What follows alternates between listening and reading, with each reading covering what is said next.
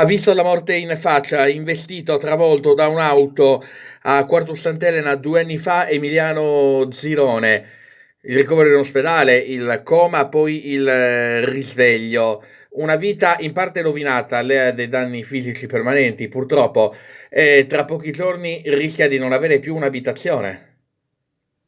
Esattamente così. Come mai? Che succede? Anni fa ho avuto dei problemi economici, ho iniziato a saltare i pagamenti di alcune rate, il mutuo era particolare, dopodiché è avvenuto questo incidente che mi ha cambiato la vita e proprio appena dimesso mi hanno consegnato il pignoramento, l'ufficiale giudiziario della mia abitazione, messa all'asta. Allora mi sono rivolto all'avvocato Andrea Massacci, che è il mio legale, e abbiamo cercato di far fronte a questa ulteriore disgrazia.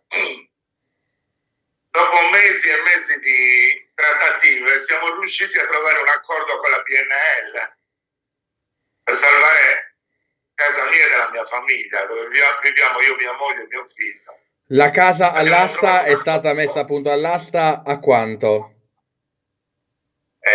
massimo 80.000 euro, a 80.000 euro.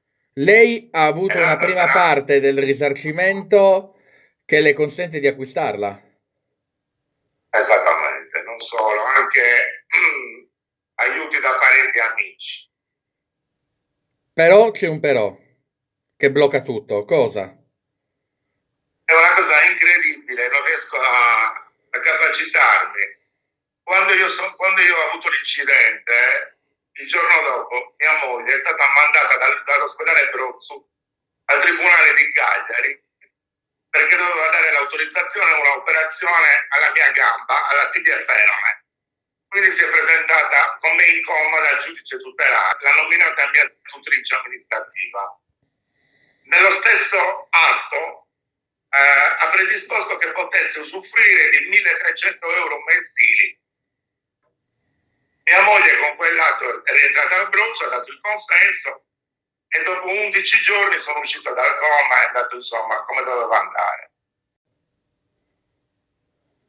Rientrato a casa avevo a che fare con dei dolori lancinanti, limitazioni, paura, avevo terrore di dormire per la paura di riprovare quello che vivevo in coma. Quindi tutto pensavamo, meno che a quel decreto del giudice. Pensavamo fosse a termine e non ci abbiamo mai fatto caso. Intanto che un mese e mezzo fa mi chiama la mia banca per convocarmi per informazioni urgenti e mi fa presente che ho il conto sotto tutela e che non posso muovere niente, non posso fare un bonifico, posso solo prelevare 1.300 euro al mese.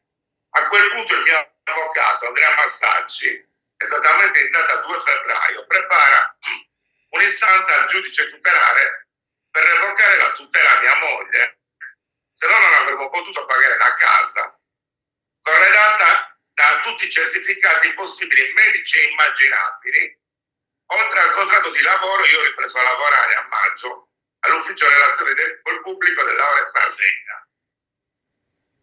Dopo 2 settimane, esattamente il 26 febbraio, il giudice osservazione al mio avvocato che mancava un certificato esplicito che dichiarasse la mia capacità di intendere e volere.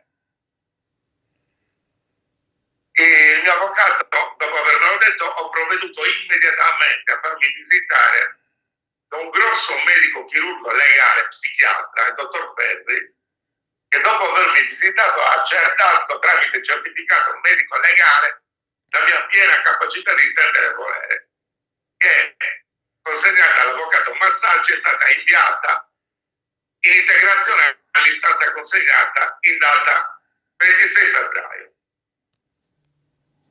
Da allora non abbiamo più avuto notizie, nessuna.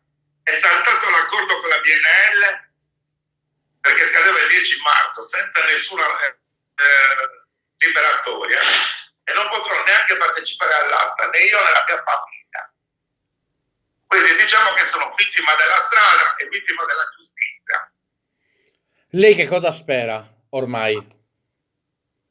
Io vorrei avere questo giusto provvedimento, o in mancanza del provvedimento, se non bastasse il certificato di un medico legale, il certificato dell'ufficio, tutti i certificati, che si autorizzi mia moglie a pagare casa mia. È una vergogna che uno avendo i soldi non possa pagare. Anche perché lei, a parte tutto questo, è malato, ci ricordi esattamente i danni permanenti che ha? Io ho, ho limitazioni articolari della spalla, della colonna vertebrale, ho problemi a camminare per una grossa piaga sotto il piede, un buco, ho problemi all'occhio destro, non ci vedo niente, ho problemi alle corde vocali paralizzate, ho mille problemi, però non mi piango addosso, io sono felice, sono felicissimo di essere vivo, ma non mi aspettavo questo trattamento terribile dalle istituzioni.